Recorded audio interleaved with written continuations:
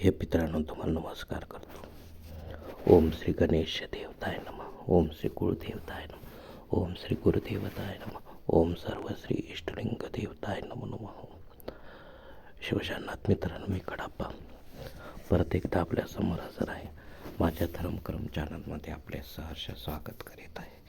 मित्रांनो, पंचांगाचे आता आपल्यासमोर सादर करीत आहे.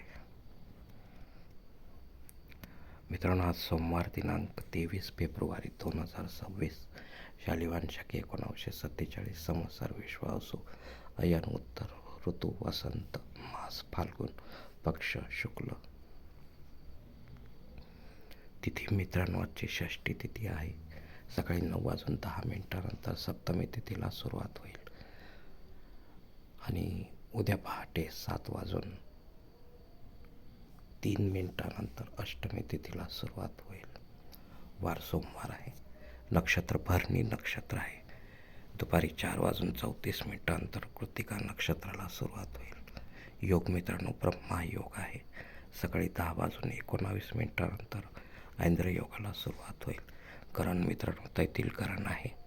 सकाळी 9:10 गरज व कर्णाला सुरुवात होईल. रात्री 8:07 वनिज करण्याला सुरुवात होईल. प्रमुख ग्रहांची राशी स्थिती पहाटे 5:30 वाजता अशी असणार आहे. सूर्य कुंभ राशीत असेल, चंद्र मेष राशीत, गुरु मिथुन राशीत, शनिदेव मीन राशीत असणार आहे. मित्रांनो, या राशींच्या जातकांना क्षमा करा मित्रांनो, चंद्र राशीनुसार या सध्या कुंभ, मीन व मेष या 3 राशींना 7:30 सुरू आहे. 7:30 या 7:30 त्रास या राशींच्या जातकांना होत असेल तर कृपया त्यांनी आपल्या जन्मकुंडलीसह ज्योतिषाकडे जावे आणि त्यांच्याकडून समजावून घ्यावे की आपल्या जन्मकुंडलीमध्ये शनिदेवतेची काय पोझिशन आहे ते. जर शनिदेवता अशुभ स्थितीत असेल तर आपल्याला शनिदेवतेची धार्मिक सेवा करावी लागणार आहे. अन्यथा शुभ असतं काही करण्याची गरज राहणार नाही. मित्रांनो, मुंबई भागातील सूर्योदय असतं याप्रमाणे. सूर्योदय सकाळी 7:03 असेल तर सूर्यास्त सायंकाळी 6:41 असणार आहे. मित्रांनो, गोचर ग्रहांची सद्यस्थिती सुद्धा जाणून घेऊया. अस्तंगत ग्रहांमध्ये मंगळ ग्रह 10 नोव्हेंबर 2025 पासून अस्तंगत झालेला आहे.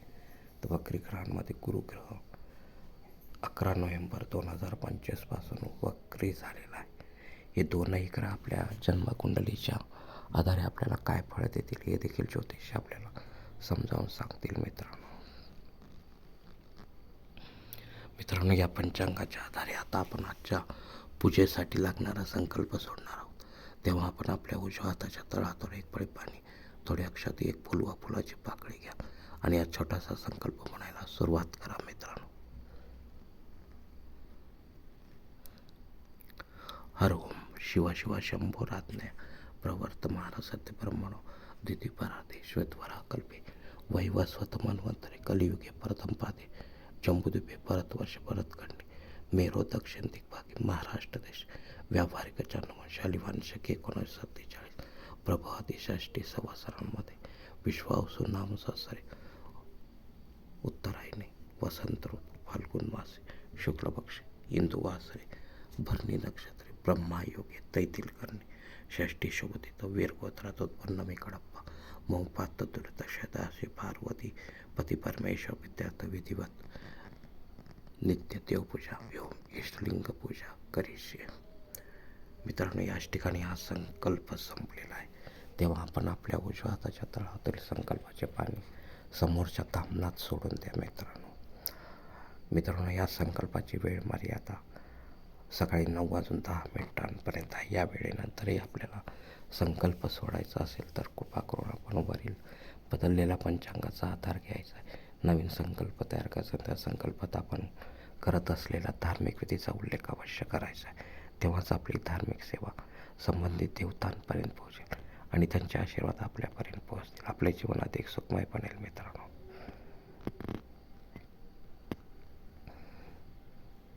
मित्रांनो, आता मुहूर्त विभागामध्ये पाहूया.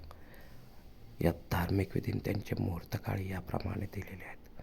सर्वात प्रथम साखरपुडा. यासाठी मुहूर्त दिला आहे दिनांक 25 मार्च, दिनांक 5, 7, 8, 14 आणि 15. डोहाळ जेवणासाठी मुहूर्त दिला आहे दिनांक 25, 26 मार्च, दिनांक 5 आणि 9. बारसे करण्यासाठी मुहूर्त दिला आहे दिनांक 26, 28 मार्च, दिनांक 5, 8, 15. जावळ काढण्यासाठी मुहूर्त दिला आहे दिनांक 26 मार्च, दिनांक 5, 8 आणि 15. गृहप्रवेश करण्यासाठी मुहूर्त दिला आहे दिनांक 28 मार्च, दिनांक 5, 8, 14 आणि 15. मुहूर्ताच्या दुसऱ्या भागात पाहूया मित्रांनो.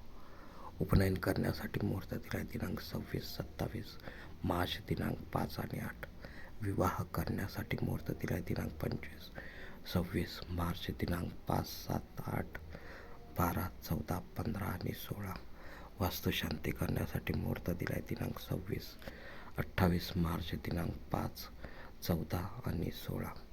भूमिपूजन व पायाभरणी करण्यासाठी मुहूर्त दिला आहे मार्च, दिनांक 3.